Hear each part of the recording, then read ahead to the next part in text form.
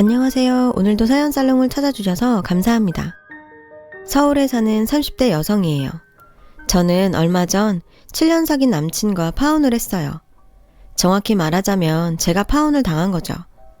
그렇다고 해서 제가 파혼당한 얘기를 하려는 건 아니에요. 제가 하고 싶은 건 그 이후 벌어진 일에 대한 얘기거든요.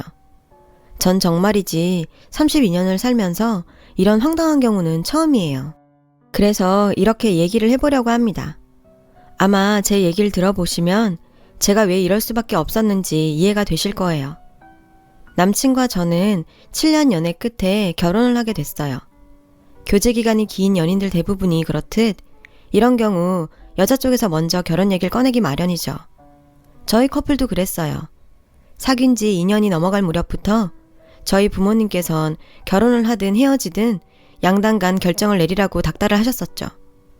처음엔 할 때 되면 할 거라고 큰 소리를 쳤었지만 3년, 4년, 해를 넘어가면서부터 슬슬 부모님 눈치가 보이기 시작하더라고요.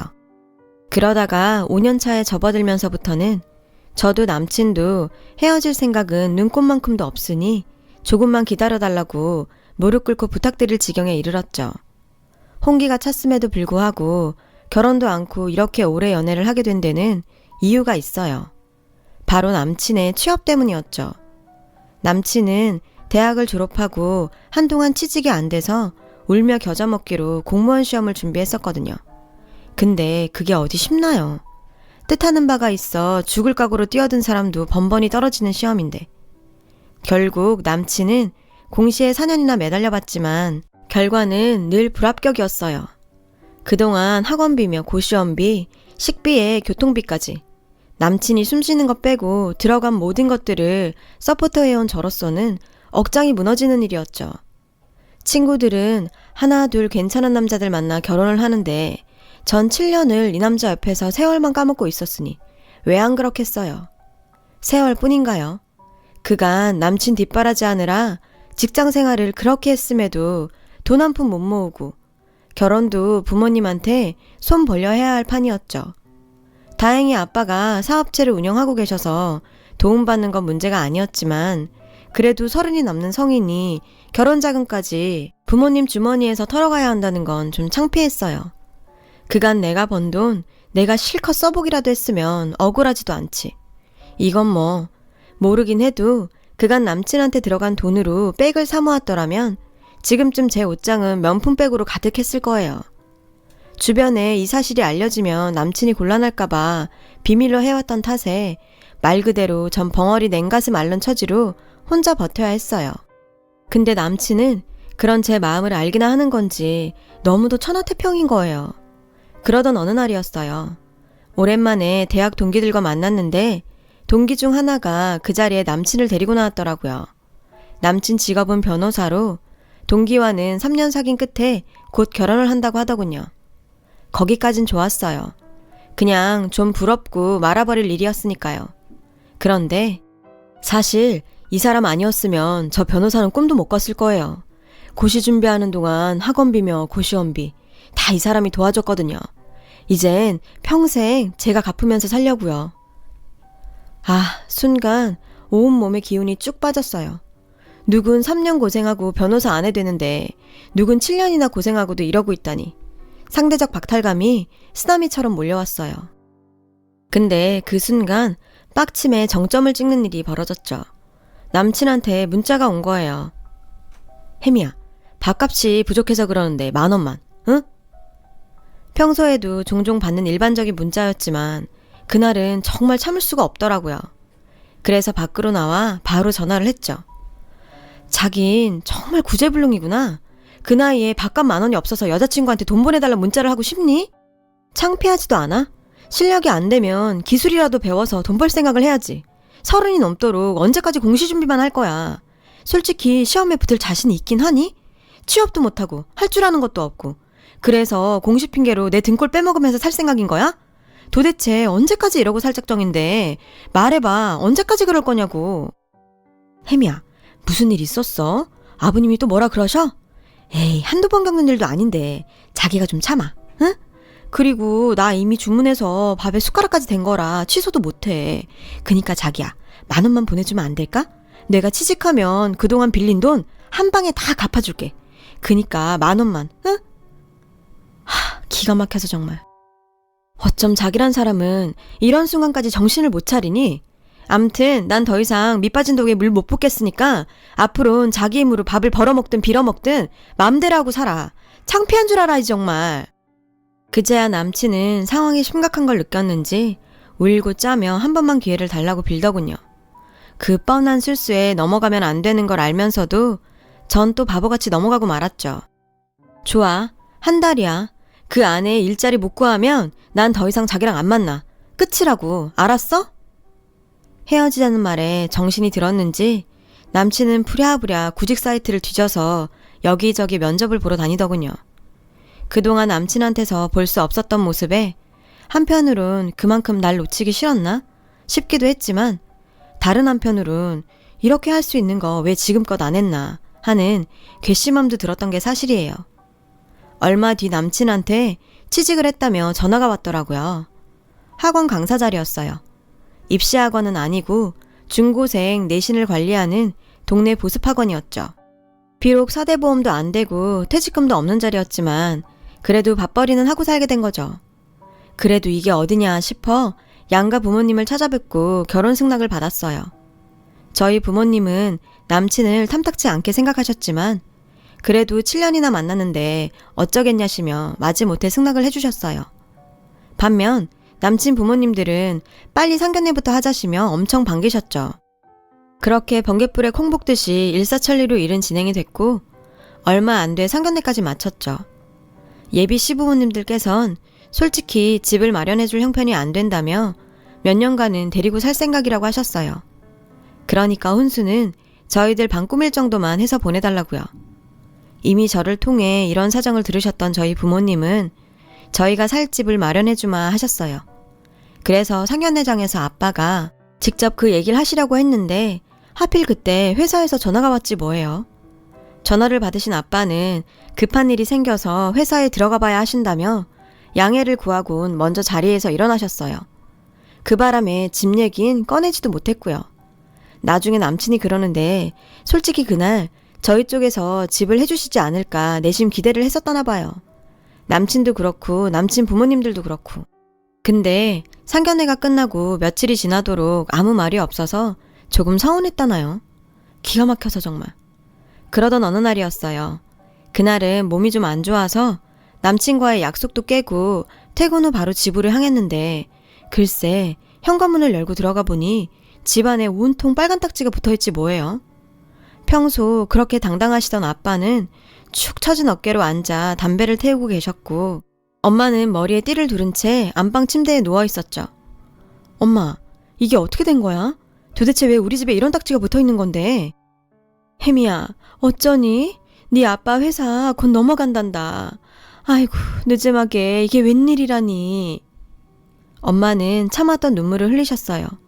아빠는 거실 소파에 앉아 줄담배만 피워댔죠. 그날 이후 우리 집은 전과는 다른 생활을 하게 됐어요. 부자는 망해도 3년 간다더니 겉도 부자 나름이더라고요. 있는 돈 없는 돈 다 긁어 모아서 서울 외곽에 싼 전셋집 하나 구하고 나니 끝이었죠. 당장 먹고 살 일부터 걱정이었어요.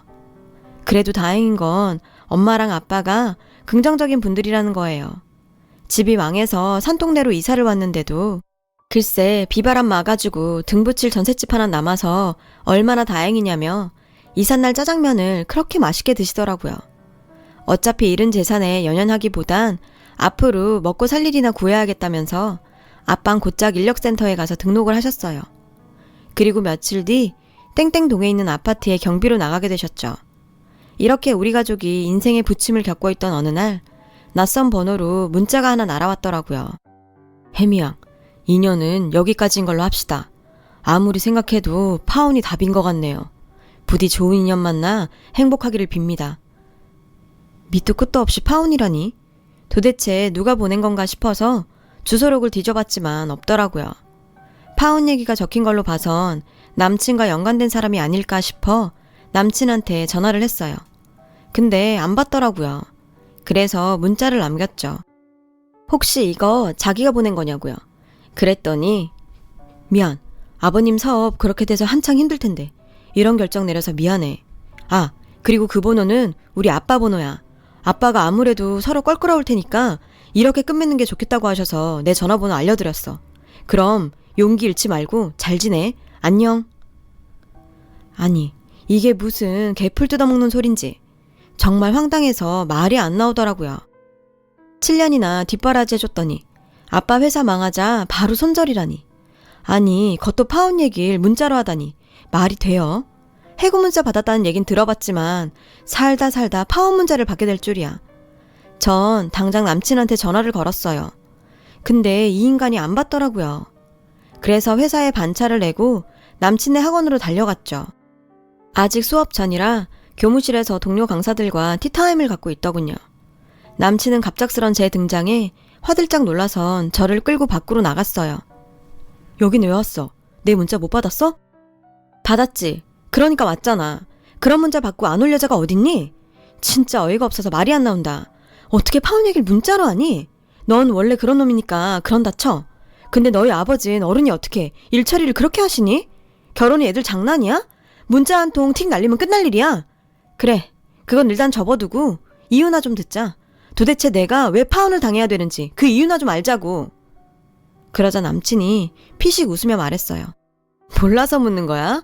너네 집 망했잖아. 그 형편에 결혼이 가능하겠니?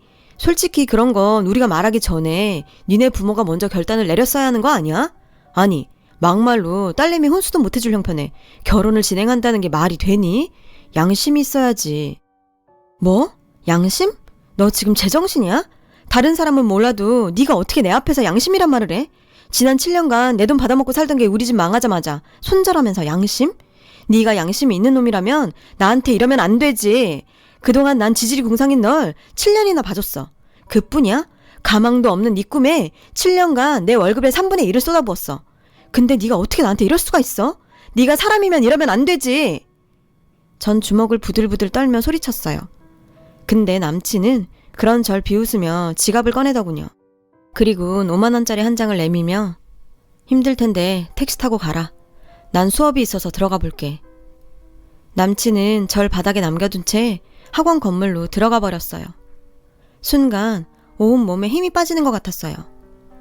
아, 정말 끝이구나 하는 생각이 들었죠. 그 생각이 들고 나니 더 이상 미련 없이 끝낼 수 있겠다 생각이 들었어요. 그래서 그대로 털기로 했어요. 집으로 돌아가 부모님께 남친 집에서 파혼을 하자고 했다고 말씀드렸어요. 아빠는 정말 담담하게 알겠다고 하셨죠. 그날 밤 아빠가 절 부르시더라고요. 포장마차에 가서 소주 한잔 하자고요. 아빠랑 포장마차에서 꼼장어에 소주를 마시는데 좋더라고요. 파혼당한 날 누가 이렇게 아빠랑 포차 데이트를 하겠어요. 그때였죠. 아빠가 힘들게 말씀을 하셨어요. 미안하다. 아빠가 우리 딸 인생을 망쳤구나. 그 말에 순간 욱하더라고요. 아빠, 그게 무슨 소리야. 아빠가 내 인생을 망친 게 아니라 망가질 뻔한 내 인생을 아빠가 구한 거야. 생각해봐. 우리 집 망하자마자 손절하는 남자라면 결혼 후에도 뭔 일 터졌을 때 내 손 잡아주기는커녕 지한테 도움 안 되면 제일 먼저 날 버렸을 놈이야. 그딴 놈하고 결혼까지 안 간 게 얼마나 다행이야. 안 그래 아빠? 제 말에 아빠는 고개를 끄덕이셨어요. 그리곤 딸, 아빠 이렇게 안 무너져. 너도 알지? 아빠가 얼마나 강한 사람인지. 다시 예전처럼 잘 살진 못하겠지만 아빠는 엄마랑 우리 딸 옆에서 꿋꿋하게 건강하게 열심히 살아낼 거다. 그러니까 우리 딸도 기운 내는 거다. 알았지? 그날 아빠와 마셨던 소주는 제 인생 최고의 소주였어요. 그렇게 파혼 사건을 잊고 다시 예전 모습으로 돌아간 어느 날이었어요. 낯선 번호로 전화가 왔더라고요. 해명, 나 민재 아빠예요. 맙소사, 남친 아버지셨어요. 그간 잘 지냈어요? 다름이 아니라 내가 혜미 씨한테 할 말이 있는데 잠깐 시간 좀 내줄래요? 솔직히 됐거든요. 이러고 당장 전화를 끊어버리고 싶었지만 제 부모 얼굴에 침 뱉는 짓인 것 같아서 꾹 참았어요. 제가 만나서 할 얘기 없다고 했더니 남친 아버님은 저희 회사 로비에 와 계신다며 제가 나올 때까지 기다리시겠다는 거예요. 어쩜 하는 짓이 전 남친이랑 이렇게 똑같은지. 할 수 없이 전 로비로 내려갔어요. 그리고 남친 아버님을 모시고 근처 카페로 갔죠. 혜미양, 그땐 내가 생각이 짧았어요. 이해해 주길 바래요. 아버님 사업에 그렇게 되고 한창 힘들 시기였는데 파혼까지 당해서 충격이 컸을 거라고 생각해요. 그래서 말인데 그 혼사 다시 진행하는 건 어떨까 하는데 혜미양 생각은 어때요? 헐, 정말 황당했어요. 다 끝난 결혼을, 그것도 자기들이 깨자고 한 결혼을 다시 하자고요? 기가 차서 말도 안 나왔죠. 그래서 잠깐 화장실에 좀 다녀온다고 하고 남친한테 전화를 했어요. 그랬더니 아빠가 결국 너한테 가셨구나. 혜미야, 사실은 우리 엄마 얼마 전에 병원에서 치매 판정 받으셨어. 아빠가 충격이 크셨지. 엄마 그렇게 되고 아빠가 그러시더라. 혜미 너도 아빠 일로 충격 심했을 텐데 우리가 너무했던 것 같다고. 비슷한 입장이 돼보니까 알겠다고 말이야. 어려울수록 서로 돕고 살았어야 하는 건데. 그래서 우리 결혼 허락해 주신다고 그러셨거든. 에이, 내가 먼저 전화하려고 그랬는데 아빠가 먼저 가셨네. 그건 그렇고 혜미야, 우리 다시 시작하자. 난 역시 너 없이는 안 되겠어. 저요, 평소에 사리를 느낀다는 말이 이해가 안 갔었거든요. 어떻게 사람이 사람을 죽일 마음을 품을 수 있나 했는데 가능하네요. 남친 놈이 제 눈앞에 있었더라면 저요, 그날 살인을 저질렀을지도 몰라요. 이게 어디서 약을 팔아? 야, 내가 널 모르냐? 뭐? 나 없이는 안 돼? 넌 어쩜 하나도 안 변하고 그대로냐? 솔직히 너 지난 7년 동안 내가 주는 돈 꽁으로 따박따박 받아먹고 살다 네 손으로 돈 벌어먹고 살려니 힘들어서 그런 거 아냐. 넌 날 그리워하는 게 아니라 내가 주는 돈을 그리워하는 거 아니냐고. 어디서 이런 그지 발사계 같은 게. 야, 네가 보기엔 내가 한 번 밟은 똥을 또 밟을 정도로 멍청해 보이냐? 어디서 개수작이야. 내가 더럽고 치사해서 그냥 넘어가라고 했는데 넌 도저히 안 되겠다. 너 지난 7년간 네가 나한테 받아간 돈 그거 다 물어내. 네 입으로 취직하면 한 방에 갚아주겠다 호언장담했었지? 네가 보낸 문자에도 돈 갚겠다는 말이 수도 없이 써있더라. 내가 네 손에 직접 쥐어둔 돈은 거지 동량 줬다고 칠 테니까 계좌이체한 것만 보내. 겉만 해도 수년간 네 월급은 통째로 보내야 할 거다. 어떻게 싸바싸바해서 돈 떼먹을 생각이라면 일찌감치 집어치우셔. 나 당장 변호사 사무실 가서 너한테 소장 날릴 테니까. 알았어? 어디서 그지 같은 게 내 앞에서 질척이고 있어. 끊어! 남친한테 한바탕 쏟아부은 전 테이블로 돌아와 남친 아버지한테 한마디 했어요. 아저씨, 인생 그따위를 살지 마세요. 그러니 아들이 아버지를 닮아 그 모양이죠. 예비사도 망했다니까 잽싸게 손절하시던 그 모습 저 절대 못 잊어요. 아내분이 치매 판정 받으셨다고요? 그래서 똥기저귀를 갈아줄 며느리가 필요하셨던 모양이네요. 그런 거라면 번지수 잘못 찾았어요. 전 제가 싼 똥 치우느라 바쁘거든요. 댁의 아드님 말이에요. 저 이 길로 변호사 사무실에 가서 댁의 아들한테 날릴 소송 의뢰해야 하거든요. 그 일만으로도 엄청 바쁠 예정이라 더 이상 아저씨 얘기를 들어드릴 짬이 안 나네요. 그러니까 엄한 데서 헛짓하지 마시고 얼른 집으로 가셔서 사모님 똥기저귀 가는 연습이나 하세요. 아셨어요? 그리고 한 번만 저한테 이러시면 스토커로 신고합니다. 전 자리를 박차고 나왔어요. 그제야 그간 제 가슴을 꾹 누르고 있던 돌덩이가 빠져나간 것처럼 시원하더군요.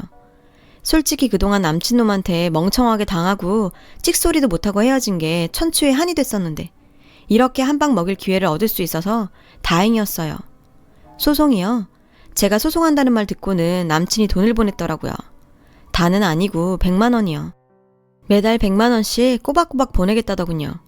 그래서 각서 한 장 받아서 공증해 놨어요. 이런 거 안 만들어 놓으면 언제고 떼먹을 놈인 거 아니까요.